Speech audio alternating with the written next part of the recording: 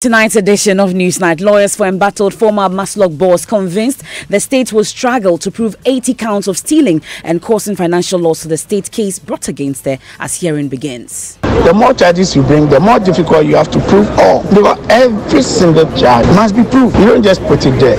So 80 is a number, but I've summarized it. In all, it's about less than 10 charges. And we are ready. We will go through. Also tonight, as national security continues investigations into the skirmishes that characterize the Ayawaso West Wogon by-elections, we found out what can be done to forestall a possible national security crisis as we approach the 2020 elections.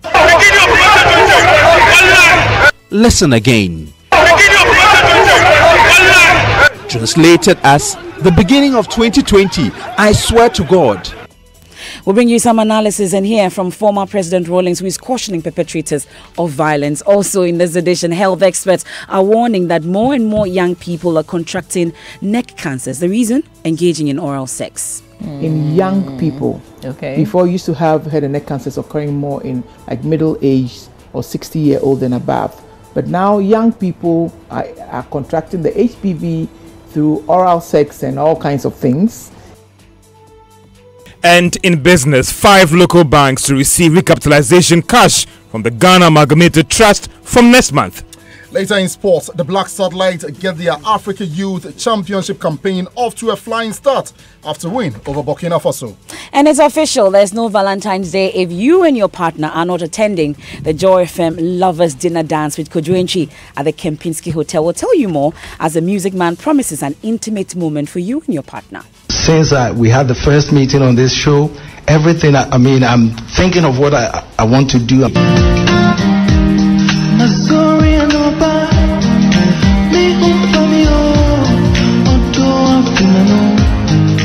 We have more as that event is launched today. We have all the details here on Newsnight. You may want to join us with your thoughts and comments via WhatsApp on 0244340437. I am MFA Pao. And my name is Evans Mensah.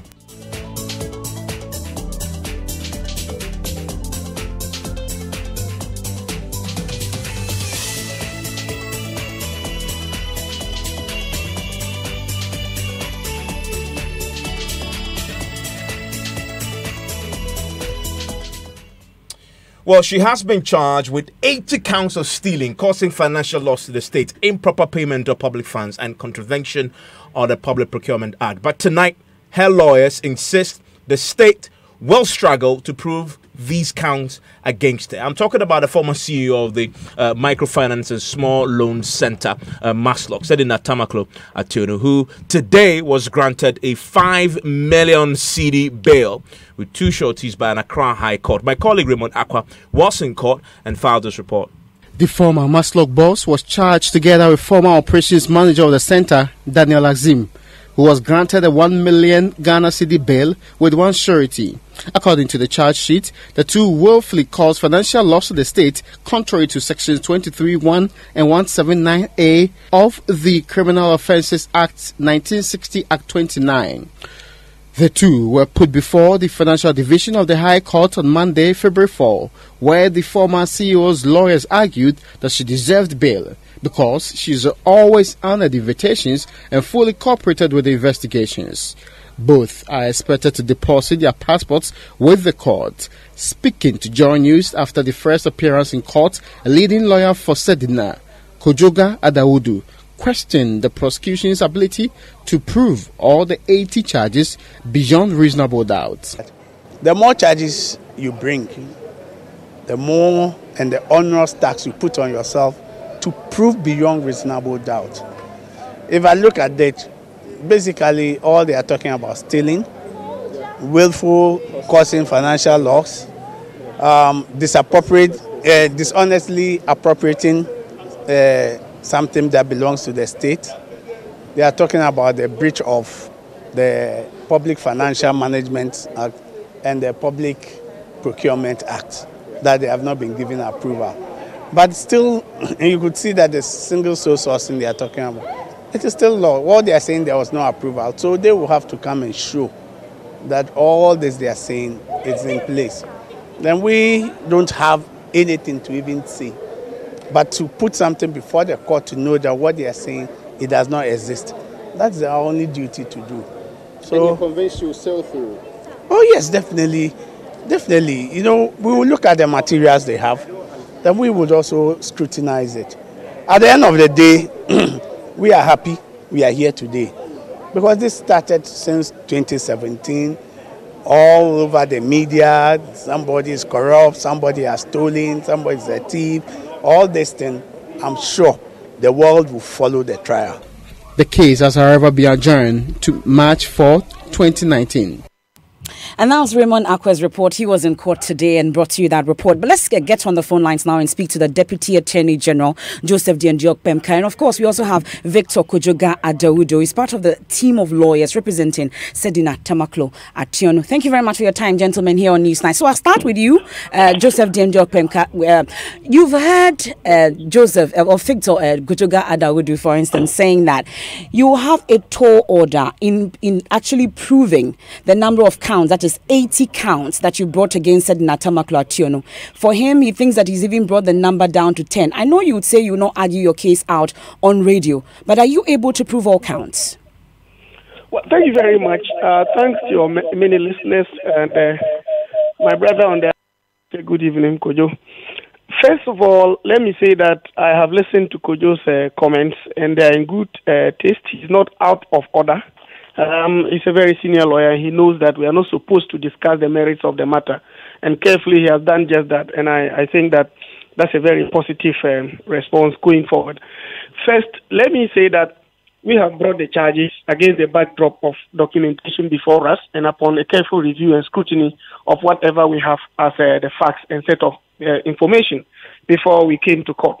So, I mean, of course, we will not be bringing charges to court if we are not going to be able to see what we could do, at least to, on the face of it, let the court know that each of the charges is maintainable at law. So that's what I can say briefly. But I can tell you for sure that we did a careful review before we came up with those charges. We are not unaware of the fact that 80 charges are very, very, very, very many, and that we need to be meticulous in whatever we are going to do. And remember that all this we are doing, we are not just interested in putting anybody in trouble. We are doing it in the interest of the state, and the rights of individuals are at stake. We are going to put across our case very strongly, and we're going to make sure that what is required of us by law, the Constitution and other statutory provisions are complied with, and the rights of the accused persons are equally protected, so that in the end, justice will be served to the state. That is what we are going to do. The charges being that number, we're informed by the facts and the information available to us at the time we're compiling the charges. We are told there are some errors, actually, because some of the charges were repeated, the same offences for different charges. Is that the case? Because they're saying that they whittled down the number up to 10. Is that the case? No, you see, what is actually happening is that if you look at the charges, they are in fact, even though you found on the charge sheet that there were 80, there are in fact about 78 charges, because there was a jump of 2, 49 and 50. And so in real fact, we have about 78 charges against the accused persons. But what happened, as you can see from, I mean, this is public knowledge now, not the merits, again, not the merits of the case. If you look at it, you'll find a charge of, say, stealing 500,000, and then the same thing is repeated with causing financial loss, and then against the Financial Management Act, and again we charge the person for loss of government property contrary to statute. So you can find a particular charge turned in 4 different ways, using different provisions of the law to charge that particular person. And that's what happens in criminal prosecutions. So in the end, our duty is to prove those things. As Kojo has rightly pointed out, their duty is not to prove anything. It's just to create doubt. And it is for the trial judge to decide which side to believe, whether there's a proof beyond a reasonable doubt or there's no proof beyond a reasonable doubt. And as I have told you, charges are preferred after you have come to a certain conclusion and decision as a group, that is the Attorney General's Department. We have preferred the charges. It is our duty to prove them, and we will go to the court to do same, waiting for whatever the defense will raise and then it is for the trial judge to decide on the guilt or otherwise of the accused persons. That is not my decision, and that's not the decision of the defense team. Well, we're in court today, and she actually pleaded not guilty to all 80 counts. Does it make the case more difficult than it is? Well, but in very rare cases that you will find people pleading guilty to cases like that. It is very, very rare in exceptional circumstances, except in cases where maybe there's a plea bargain and all that, and people have to come to certain conclusions that they are guilty of this, and then they plead guilty, and maybe you look at mitigating circumstances and factors in sentencing and all that. But, I mean, of course, from the records we have, at least that we presented to court, the accused persons have always denied the charges. So it wasn't surprising that before the court, they repeated what they have been saying all along. But it is for us to prove that indeed they committed the offense. So when the judge asked the state attorney, for instance, to file within the month, they said that they needed more time. Does it mean that investigation is still underway? Are we not ready? What does it mean? No, not at all. Investigations have been long concluded. What is actually happening is that the volume of documentation, remember that the Supreme Court has taken a decision recently in the case of Bafo, Bonny and Adel, and then the Attorney General, that this full disclosures to be made in matters like this. Initially, some trials were not like that. But by the Supreme Court decision in the case that I've just stated, we are required to make pre-trial disclosures. And so all the documents that have come to our attention that will support all the charges we have brought against the accused persons will have to be put together and then put in copies and served on the court and the accused persons, giving them the right to defend themselves. That is exactly what we're going to do. And the volume of documentation is that big. So the state was arguing that this will give us ample time to be able to put together all the documents, photocopy them and put them together and be able to serve it on the appropriate parties so that the case can commence. That was our case. Okay. Well, talking about volumes of documentations, is this the only case of this nature that we are going to see in times to come, or there are more? Well, yeah, of course, I can tell you that I will not tell you any details after that, but I can tell you that there are other cases coming up. Like? But I'm unable to tell you any further details. Other cases like involving former ministers, what kind of cases, what kind of nature? I don't want to preempt anything so that it becomes a headline tomorrow morning. Deputy Attorney General says cases are going to court tomorrow. No, I am assuring you that cases will come up very, very soon. But how soon, when you say very, very soon? Next month, the next 2 months? We are in February. How soon will we see the next case? This is the Maslock one. How soon will we see the next case? I'm sorry, I'm not able to tell you this, but I'm telling you soonest than even expected. So don't you worry at all. We will, as and when it's available, we'll let you know. But I can assure you that there are others in the office. That one I can assure you. Okay, and there are a number of them? Yes, please. How many? Well, I cannot tell you the exact number. There are quite a number of them. Okay, I will leave it here. Thank you very much for your time. That's a Deputy Attorney General Joseph Diendiok Bemka. And like I said, we also have Victor Kojoga Adawudu. He's part of the team of lawyers representing Sedina Tamaklo Ationu.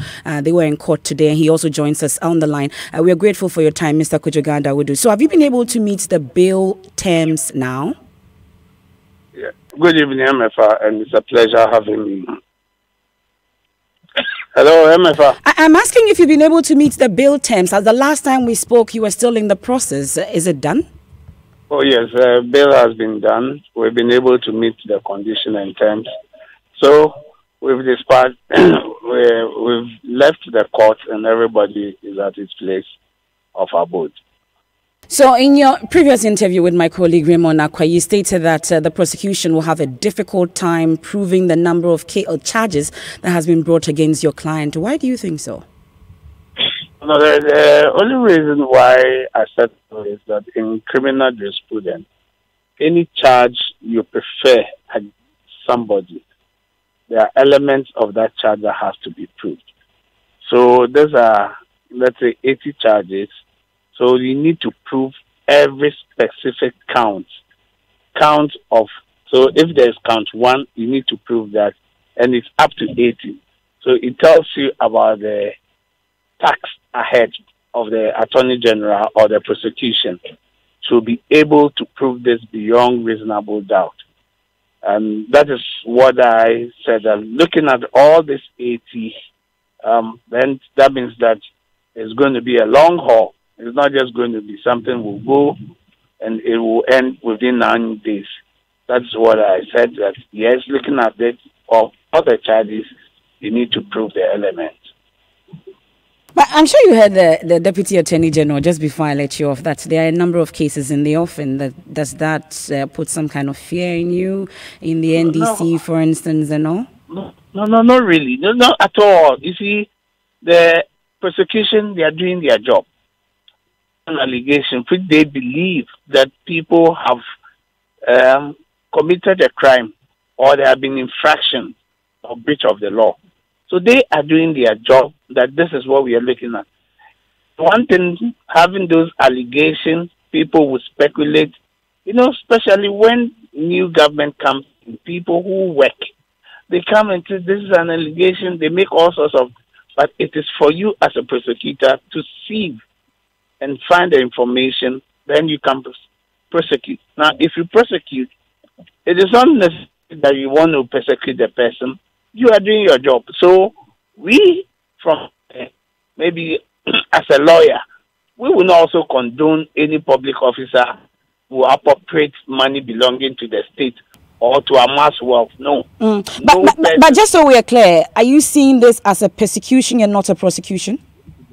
No. We actually see it as that one is a dilatory issue, because maybe government may be reeling under some pressure with some other issues, especially the IOA. So let's put in this one so that at least we have a respite. It is done in every political communication and the thing. So that's what we believe. We also believe that we are ready, and we've spoken. Any case that will come, there is a defense. We will look at it. So that is all that we can do, and make sure that we put our best shot together for the court to know that the fact they are talking about does not exist. We create that doubt for the court to also see that that's what we are prepared to do. But I can tell you that, yes, we are not guilty. Yes, we would always cooperate for the whole world to see that really whether we have been able, we stole that amount or we did not steal that amount. Okay. We're grateful for your time. That's the lawyer Victor Kojoga Adawudu. He's lawyer for former embattled for Maslog boss Sedina Tamaklo Ationa. Want to join us with your views on that story? Send us a WhatsApp 0244-340-437. We take a short break. When we return, we have the latest on the Ayawaso West Wuogon by-election violence. As one of the deployed national security officers is head warning, the violence that we witnessed on Thursday is just the beginning of the 2020 elections. Listen again. Translated as the beginning of 2020, I swear to God. We have details of that and more. Plus, health experts are warning that more and more young men are contracting neck cancers. The reason, engaging in oral sex. In young people. Okay. Before, you used to have head and neck cancers occurring more in like middle age or 60-year-old and above. But now young people are contracting the HPV through oral sex and all kinds of things. Details after the short break.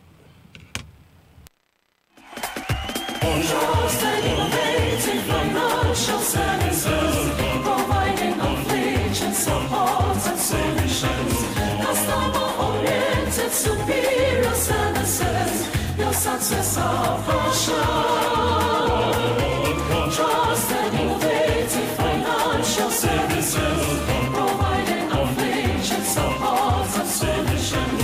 Customer-oriented, superior services, your success our portion. 10 good years of loyalty, service with integrity, protective of our Ghanaian brand. 10 years of excellence, 10 years of loyalty. Your success, our passion. Oh yeah, your success, our passion. Your success, our passion. Hello, I say, how did now? Vodafone normal 10 megabyte free data. It will call Smart Ruby Adrian. Share. Hello, have you heard that Vodafone is giving 10 megabyte free data for every minute you talk? You just dial 50-50. Yeah, hello? Aha! Right now, we the Vodafone people just they call plenty. Sake of us you talk 1 minute, you go get 10 megabytes. You talk 2 minutes, you go get 20 megabytes. 3 minutes. Call Vodafone or any network and get 10 megabytes of free data every minute you talk. It's simple. Talk to browse. The more you talk, the more data you get. Dial 50-50 to subscribe. Talk more, browse more. Terms and conditions apply. The future is exciting. Ready? Nationwide Medical Insurance, the leader in private health insurance, has deployed superior technology to make your healthcare experience more convenient and exciting. With the Nationwide mobile app, you can order your prescription drugs and we will deliver to your doorsteps. With over 600 dependable healthcare service providers, you're just a step away locating your service provider of choice and accessing hospital claim information in real time. Our corporate clients are guaranteed timely corporate utilization reports. We provide on-site clinics to give employees access to healthcare in the comfort of their offices. Enjoy these amazing benefits and so much more by signing on to Nationwide Medical Insurance today. Call us on toll-free number 0800-222222 or visit our website www.nationwidemh.com. Nationwide Medical Insurance. Join the healthcare family. And you're still live here on Newsnight on Joy 99.7 FM. And over the weekend, a lot has happened as far as the Ayawaso West Wuogon by-election violence is concerned. And as we know, fresh footage keeps on emerging and giving us a better understanding of the violence that happened and unfolded last Thursday. One of the video footages that we've seen in the last few hours is one in which one of the, now we know, the national security officers who were deployed saying, in fact, warning some of the people that were dealing with there that what we saw on Thursday is the beginning of 2020. We know that Minister of State in charge of National Security, Brian Champon, has said that his outfit is still investigating the violence which characterized the Ayawaso West Wuogon by-elections. Over the weekend, he confirmed that the masked men who stormed the home of the NDC candidate were deployed, in fact, by his outfit. If so, why will one of them in the videos secured by Jaw News, and as we've just been reporting, and seen assaulting some Jaw, threatening that this is the beginning of 2020, I swear to God, end of quote, as the person is heard saying. That's something we'll be interrogating shortly. But I'll bring you some analysis. But first, here's the news desk report.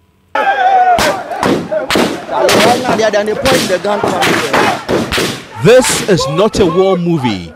Those are gunshots and violent sounds from Labawaleshi in the Ayawaso West Wuogon constituency during the just ended by-election.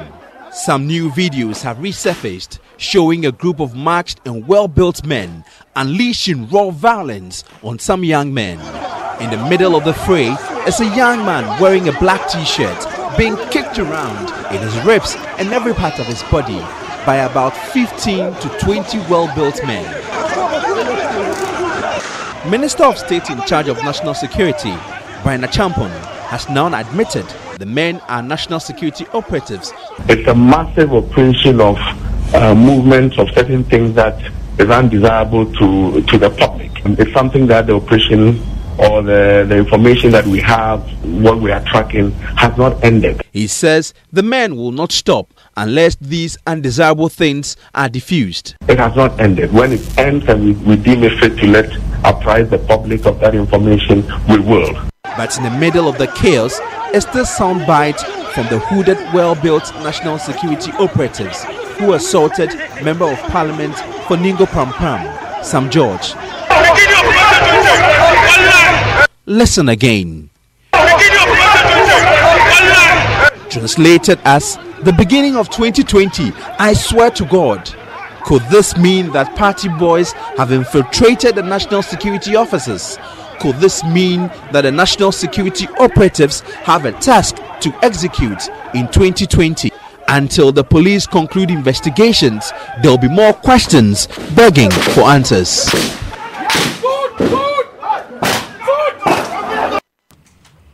And of course, a member of the Council of State, Sam Okudzeto, has been speaking on this matter. He says he will push for the council to take on the national security apparatus in terms of investigations. what was the basis for asking people to take guns to go and start shooting at an election? It doesn't make any sense to me. In Accra also, for that matter. It is not a rural area. This is Accra. My personal view has always been that nobody is above the law. This has been my stand throughout my life. And in my life, even as a lawyer, I've always insisted that nobody is above the law. And that the law must always take its course. That if somebody acts outside the law, then he's actually making himself lawless. And the law must be allowed to deal with such a person or group of persons, whatever they may be. This has always been my stand. Because if everybody takes the law into his own hands, where are we going to be? So the issue is simply that I think you, the media, should insist. And now that you have said that I have also heard it, I can take this also to my own people in the Council of State to say that we should insist to an inquiry to be made into that thing to see how it came about that people have gone in masks in Accra shooting guns. And you know that, Evan, since this issue broke, since last Thursday, there have been a number of talk, condemnations. Cordeiro has done so. There have been a number of questions also towards the government and the national security. And you heard former President John Dramani Mahama also make the boot for boot comment, which has become very popular now. There's been condemnation. Mr. Samuel Okudzeto has been speaking on it as well.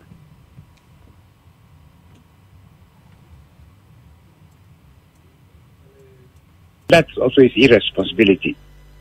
You know, we respect former presidents. It's very important that we should have former office holders still in society.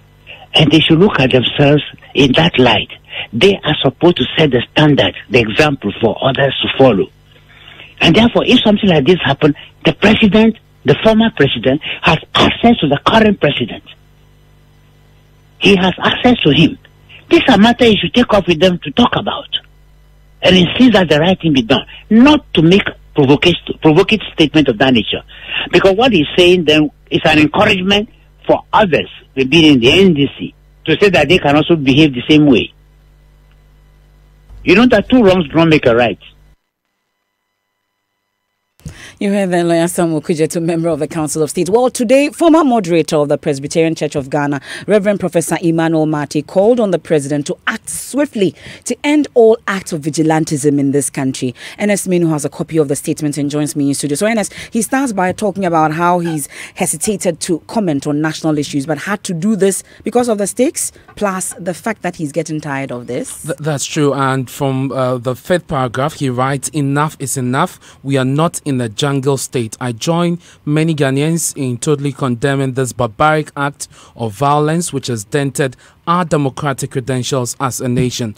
And he goes on to say, "I call on the president of the nation to act swiftly to end all acts of vigilantism in the country. I want to believe that the president's support for a speedy investigations into this matter will lead to a conclusive investigations so that the perpetrators of this crime will be punished." And it ends by saying that all Ghanaians must not be complacent, especially those who have been given the mandate to govern, and we must not take any peaceful atmosphere in the country for granted. This country is ours. Such a lawless act must never happen again to destroy our country. God bless Ghana.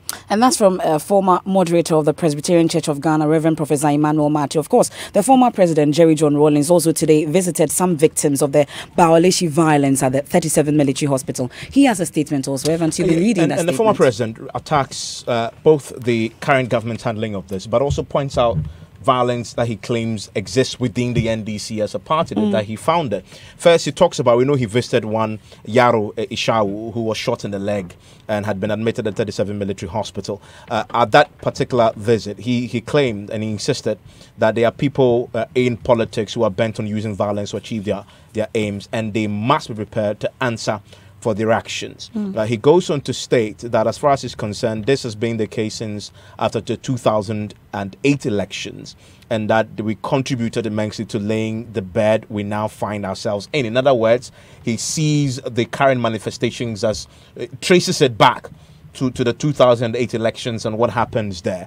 And then he goes on to talk about an incident that we are now hearing of, and he brings it into the public discussion. Apparently on Thursday, when the Ayawaso West Wuogon by-election was happening, he claims that the NDC was also meting out its own violence to its own supporters in a part of the country. In Ho, he says. He mentions he actually went to the Medifem hospital at Westlands to check on one Edem Tekpili.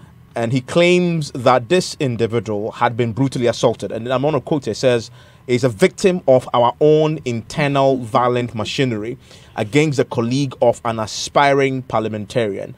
So this individual, Rawlings recounts in a statement, was part of those who were trying to seek election as a parliamentary candidate. So had begun the process of trying to woo voters and had spent money to provide water to villagers. And he says, according to Rawlings, a NDC party executive called him and warned him to desist from doing that.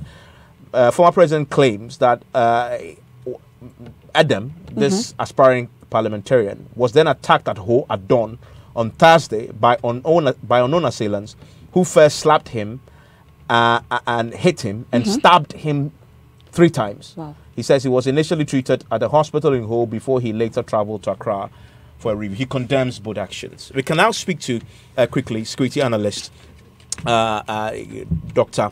Kwesi Eni, who joins us on the telephone line right now. Dr. Eni, I'm grateful for your time here on Newsnight. We just heard from the new evidence emerging, the footage that we keep on getting since last Thursday. One of the guys in there who we now know is a national security operative sent to deal with the situation in Ayawaso. So say in that clip that what we saw, the violence we saw, is the beginning of 2020. How does that strike you, that a national security operative says that? And then at the end he says, he swears to God. No, I think we need to differentiate between the professional national security operatives and the ad hoc operatives who are emanating from the vigilante groups.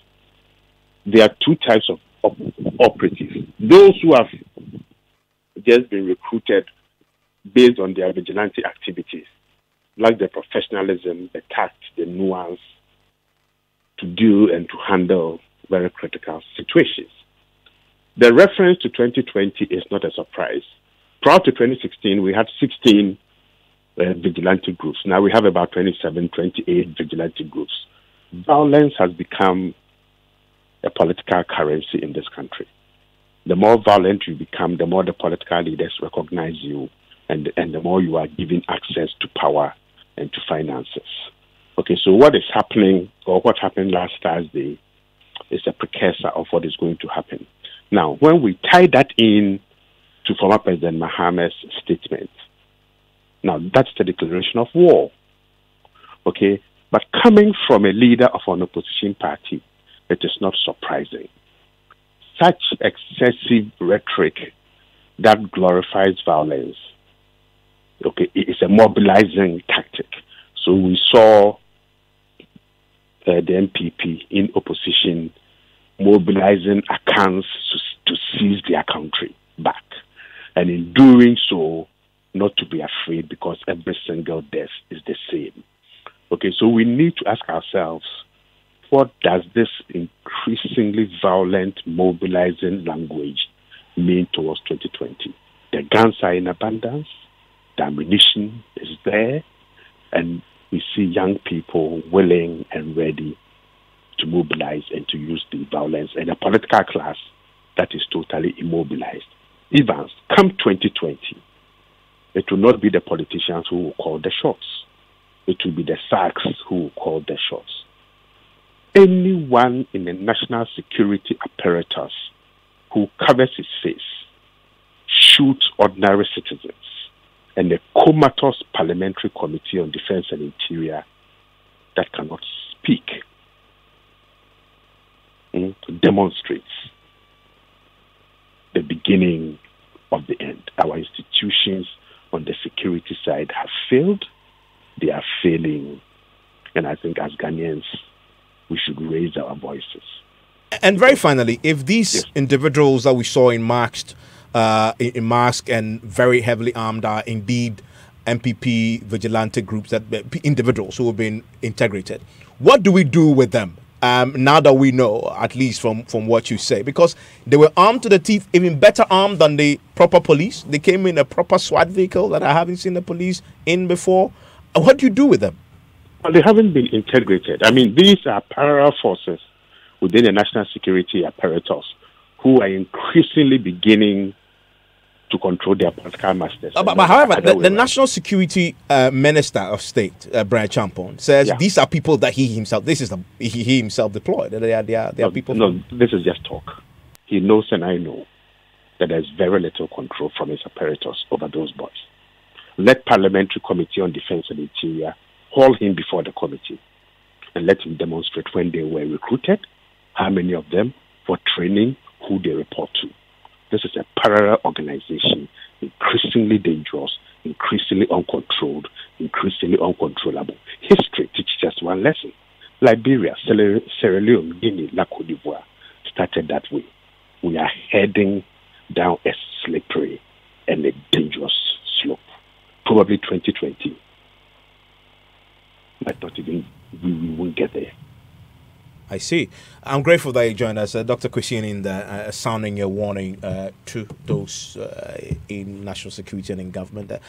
George joins us with the very latest on the world of business. And I see a lot of you sending us messages. We'll get into that right after George is done. George, what do you have in the headline? I'm worried by the revelation by the security expert. Oh yeah. And then if you listen to that and don't get scared, then you must be a pretty strong individual. And some of these people had the guts to go to the law courts to disrupt rulings and all the rest. And for me, I mean, if they are indeed who Kwesi says they are, then these are the same people you might. Because when I saw the pictures, I asked myself, do we have these men in the country? Yeah. Then we should end armed robbery and all those things. Yeah, because I was joking that if an armed robber comes to my house and sees one of these guys just in front of my gate, he will even moving around the area themselves would be great for us. All you need is just deploy one person into an armed robbery prone area. What do you have in the headline, George? Well, if it's coming up in business, the 5 local banks to receive recapitalization cash from the Ghana Amalgamated Trust from next month.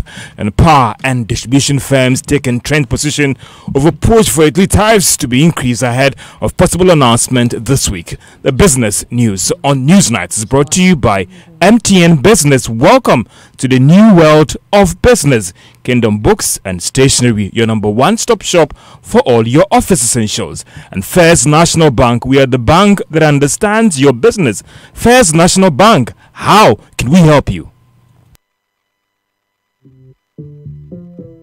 Hello and welcome to the MTN Weather Report. Minim says still, I'm not for and dry. But this year, whatever your needs are, we're there for you. Now the details of my weather report. 15,000 cities could blow from the intertropical boundaries across the country.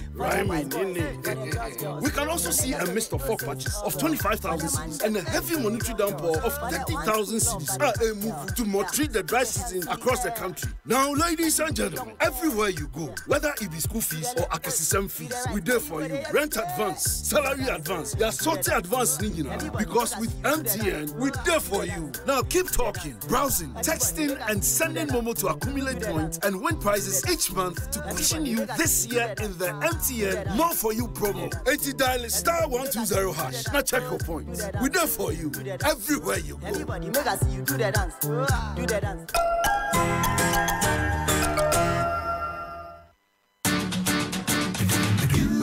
Nothing but the best, we stay above the rest. More quality, more affordability. Kingdom Books and Stationery. Everybody's going to the one and only shop where customer satisfaction is a guarantee. Kingdom Books and Stationery. Oh yes, with our 30 days credit facility with no interest charge, free delivery services, and our free consultation on setting up your office, Kingdom Books and Stationery is unmatched in our delivery of quality and affordable office essentials, equipment, and furniture. Experience world-class customer service in all our branches in Accra, Tema, Kumasi, Cape Coast, and Takoradi. Call us on 0302-764-101 or visit our website at www.kingdomgh.com. Kingdom Books and Stationery, your number one-stop shop for all office essentials and stationery. Terms and conditions apply. Let us help you bank with the right bank. At First National Bank, we're more than just a bank. We're a digital partner that actually understands your business. Enjoy massive value with our various banking solutions. Get a business check account, a day-to-day transactional account for all businesses from all sectors of the economy. Access our online banking enterprise and bank your way 24/7. Invest with our short or long-term options that enable immediate access to funds. Optimize your cash flow, raise capital, and acquire assets with ease with our lending solutions. Trade with speed, consistency, and innovation with our global payments and forex solutions. With so much value up for grabs, there is no reason not to bank with First National Bank. First National Bank. How can we help you?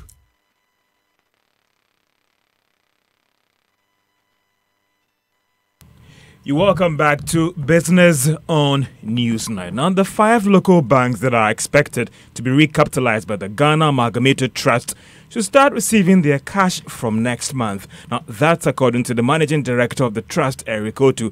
There is more in this report, which captures more on the interview with Mr. Otu.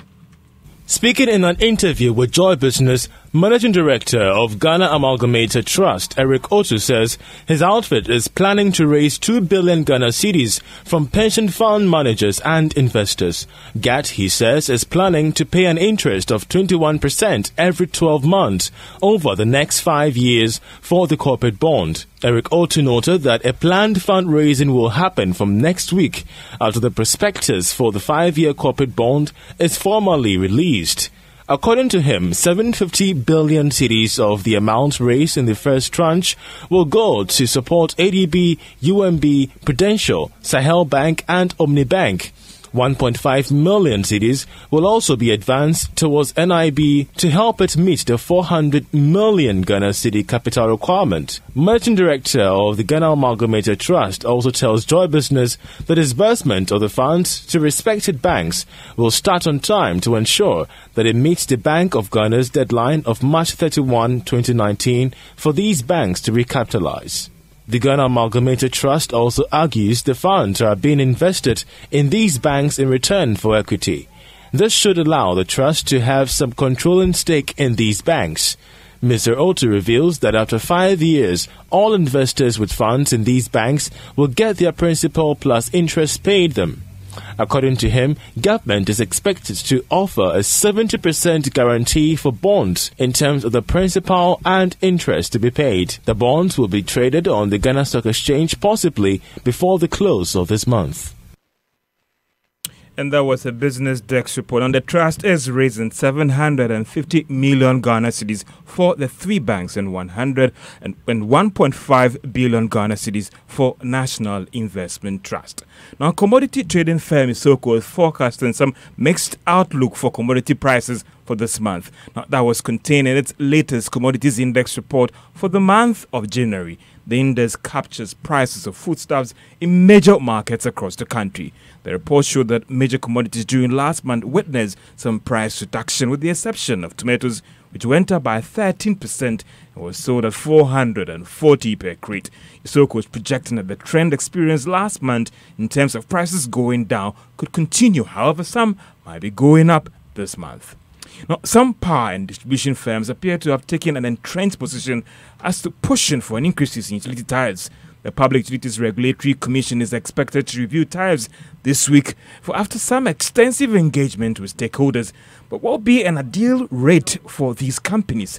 There is more in this report. The Public Utilities Regulatory Commission is likely to announce a new utility tariff this week. Joy Business is learning the tariff would go up, but one thing we cannot establish for now is the rate of increase. For instance, the new owners of ECG, the power distribution services firm, is not satisfied with the proposed rate of increase, describing it as not good for the investments they are bringing on board. This has delayed the takeover of ECG. The Road Tariff Authority has already hinted it will no longer be subsidizing tariff, looking at the rising price of gas.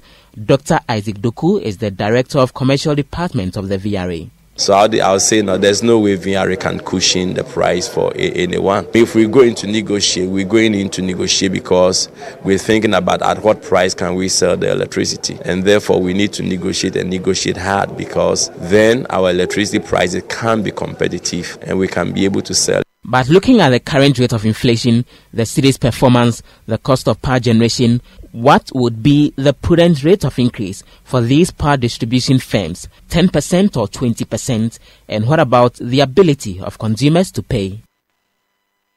Vodafone has indicated that it's not averse to listing on the Ghana Stock Exchange. Now, this was after it described managers of the Ghana Stock Exchange push for them to list on the market as misplaced. Now, speaking to Joy Business, Chief Executive of Vodafone Ghana, Yolanda Cuba, says listing will be a pure decision by the shareholders. So I can't give you timing because I don't control timing. As management, what we do is we actually fix everything that needs to be fixed within a business and actually make sure that the company is sustainable. The decision on when to list and how to list is actually that of shareholders. So as management, we don't actually play around in that decision. It's really the decision of the government of Ghana and Vodafone Group. But for management, what I get from you, that is not something that you have ruled it out or thrown off the table. Not so management. In the next 5 years, would that be possible? Could it be possible? It's anyone's game.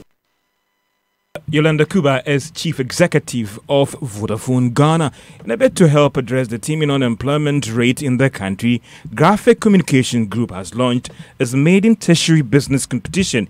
It seeks to push students to become entrepreneurs. The competition is an inter-tertiary business school quiz which brings about 16 tertiary schools to vie for the top spot as brains behind the best business idea. Franklin Sowa is Director for Marketing and Sales at Graphic Communication Group. Though there are opportunities for growth in business, the capacity is a bit low in terms of our capabilities to pick up business opportunities. So we want to make thinking business as part of our lifestyle as a people. We want students to know that there is a lot of opportunity out there if you're studying business. We want practitioners to know that whatever we study, we can apply it and it will contribute to our productivity, our profitability. It will help all of us to grow sustainable businesses, which is also very important. Franklin Sowa is Director for Marketing and Sales at the Graphic Communication Group. And to the stock market, Access Bank was down by 2 pesos to close at 3 Ghana cedis. Scal Bank also was down by a peso. It is now worth 89 pesos. ETI was also down by a peso to close at 16 pesos. Goal also lost a peso to close at 2 Ghana cedis, 99 pesos. And that's all for business on Newsnight. Thank you very much, George. Now, family of slain journalist, undercover reporter, and also with the Tiger IPI team, Ahmed Hussein Saleh, has descended once again on Asin North MP in the Japan, demanding he desist from any public pronouncements on investigative journalists. Now, they have also rejected 100,000 cedi bounty placed on the head of killers of Ahmed Swaleh by the legislator. Now, the deceased was shot and killed by 2 unidentified assailants as he left his family house ostensibly to take his sick child to the hospital. Now, speaking to Joy News, family spokesperson Mustafa Idris said Mr. Ajapon's comments are skewed and inaccurate.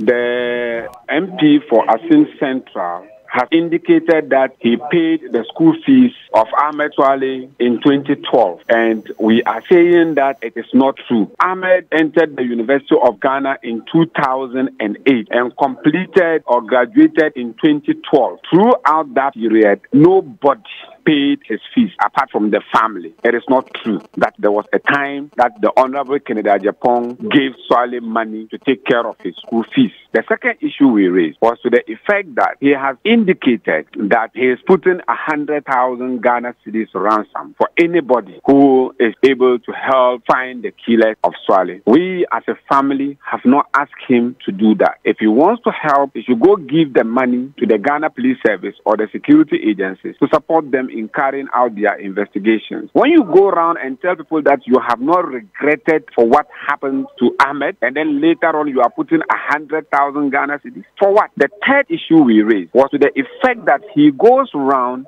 describing Swaleh as a bad boy.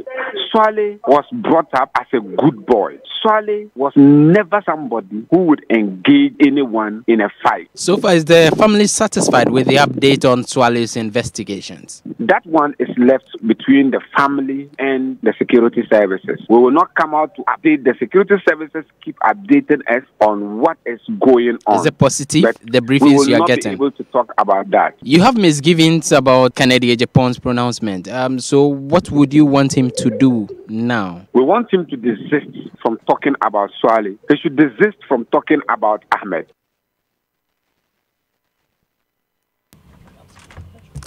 Well, the president of the GJ, Afil Money, also says the association will consider options, including hitting the street to pile pressure on the security agencies to bring the perpetrators to book. Also today, there was an event at the press center as part of efforts to get justice, not only for Swale, but all other journalists who have either been assaulted in the line of duty over the last few years. The GJ is setting up a complaint center of journalists to report attacks on them.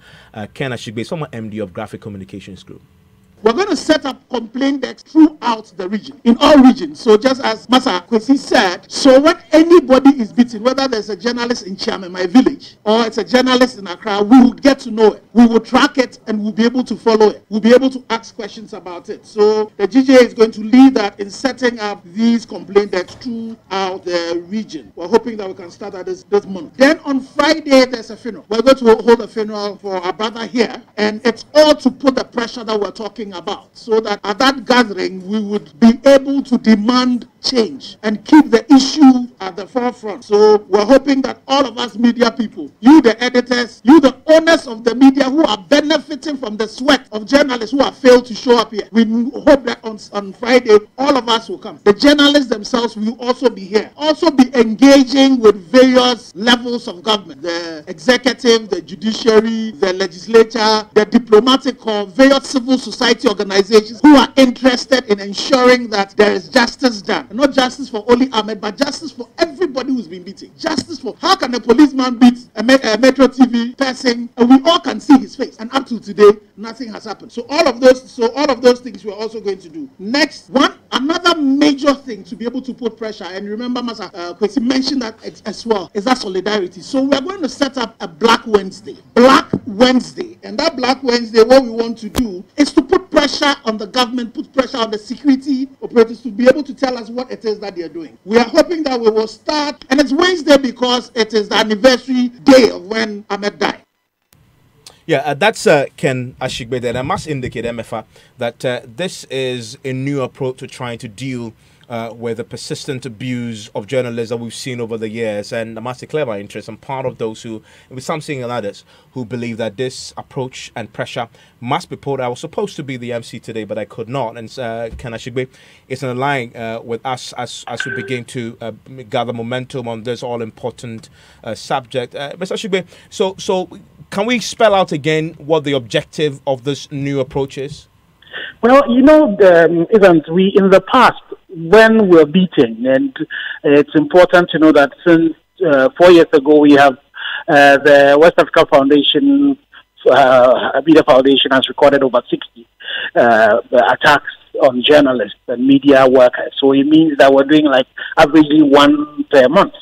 And what have we done? All we've done is, GJ, various organizations will issue a statement and really nothing changes. So this time we want to go beyond just, the issuance of statements. And the GJ has demonstrated that, definitely with the support of various stakeholders. Today we had this event. So what it is that we want to do, and quoting the Amnesty International local boss, is to be able to campaign in such a way that we put pressure on various state institutions, the government, and the people who have to act to ensure that this impunity stops, to ensure that we get justice for Ahmed and for all other journalists, including Latif and the lady from your station that were beating, so that we can get this impunity to stop once and for all. So we're going just beyond the issuance of statements to activism that would result in some palpable change, so that we change this narrative that we have seen as a country.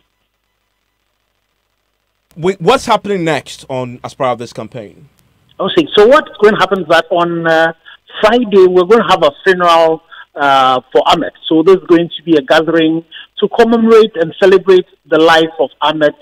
And so at that gathering, as a funeral, definitely there'll be issues of prayers, reading of tributes, and calling on government and security forces to act. So that's going to be on the 8th of February at 10 a.m. at the International Press Center. And so we're hoping that everybody who wants to see this thing change, because when it comes to attacks on journalists, it's virtually human rights for all of us as citizens that is at stake. So we'll be there. Then also there's a Black Wednesday that we talked about where we want to show solidarity. So we want to act together. We believe that when all the media come together as one and they start putting pressure, it would start from a count up on every Wednesday. It would also come with journalists yourself, because now even for radio journalists, you are on Facebook Live when you're doing your programs, and the TV people, everybody. So we would mark that day and would bring pressure to bear on the police so that at least they give us constant information, and we are sure that they actually are working. Yeah. We want to get into the point where we can start having some silence on radio, on TV, black pages in the various newspapers, on various websites. And we want to do that every Wednesday. Yeah. So that wants to start on the 20th of February. Then we're planning that if nothing really changes, we don't see any results coming up, then on the 20th of March, which is also another Wednesday, there will be a peace march and a submission of petitions to the president and various other stakeholders. And can I say, I'm grateful that you joined us on this, and this is a fresh way to deal with this. Many of our colleagues have been assaulted in the past, and we haven't seen anything of real closure to it, and that's why this is absolutely important. Still listening to Newsline here on Joy 99.7 FM. It's a story that I know MFI has been dying to listen the details of, because more and more young people in Ghana are contracting neck and head cancers. Guess what? As a result of engaging in oral sex. Why are you looking at me with I'm amazement? I'm just worried about you, that's all. Well, it's an expert's opinion, and the expert knows that if you haven't engaged in any such thing, you are probably immune. The senior oncologist at the Kolebu Teaching Hospital, Vane van der Poel Anaglate, had been making that point today as we celebrate World Cancer Day. Different types is all the way from we call the oropharynx, the throat, the mouth, everything, the voice box is all considered head and neck cancer, and even in the sinuses. The issue here is there's a new trend where we have the human papilloma virus, HPV, which was originally associated with cervical cancer, anal cancer, vulvar cancer. We realized that it's actually causing a lot of throat cancers in young people. Okay. Before, you used to have head and neck cancers occurring more in like middle-aged or 60-year-old and above. But now young people are contracting the HPV through oral sex and all kinds of things, and it's increasing their risk of developing these throat cancer. But I think the awareness is not really out there, because people just think I'm young and therefore it couldn't be a cancer. Not only just the public, but also the health professionals also need to be educated that when you have the signs and symptoms, you need to be alert that it could be a possibility. I think that's what's missing in our society. That being the index of suspicion for cancer is quite low, and I think that needs to change because it's much common. The thing with cancer is that anything that is unusual needs to prick your mind that there is a possibility. But don't forget that it's not as high as we think, but it's curable and it's deadly if found late. That's what because it's like a wide gap. So if you have like a sore throat, difficulty swallowing, a sore throat that stays on for a while, you take antibiotics, it doesn't go away. You see a growth in your mouth. You can't swallow, that while you are spitting out blood. You have pain in your jaw or in your neck. And it's something that should, have a suspicion. The problem is that we end up in the wrong places. The ideal thing is to go to the health services center. Well, so that's the advice there, and I know you lost your voice recently, MFI. You had I wanted to check throats, your mouth. You so told me about swelling in your mouth. You should take that seriously, by the way. 14th of February, Valentine's Day, is a day that you need to mark in your diary. This is why.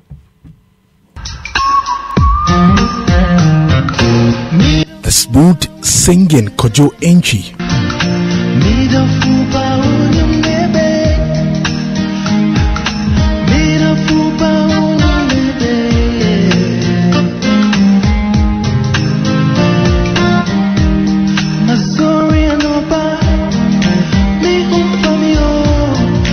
His versatility. Watch out! Well, yeah. Oh, for prono so be kuni wa mami. If you just no so be se blast from mami. Ne ba no say, ne pata pa bo mi, yo.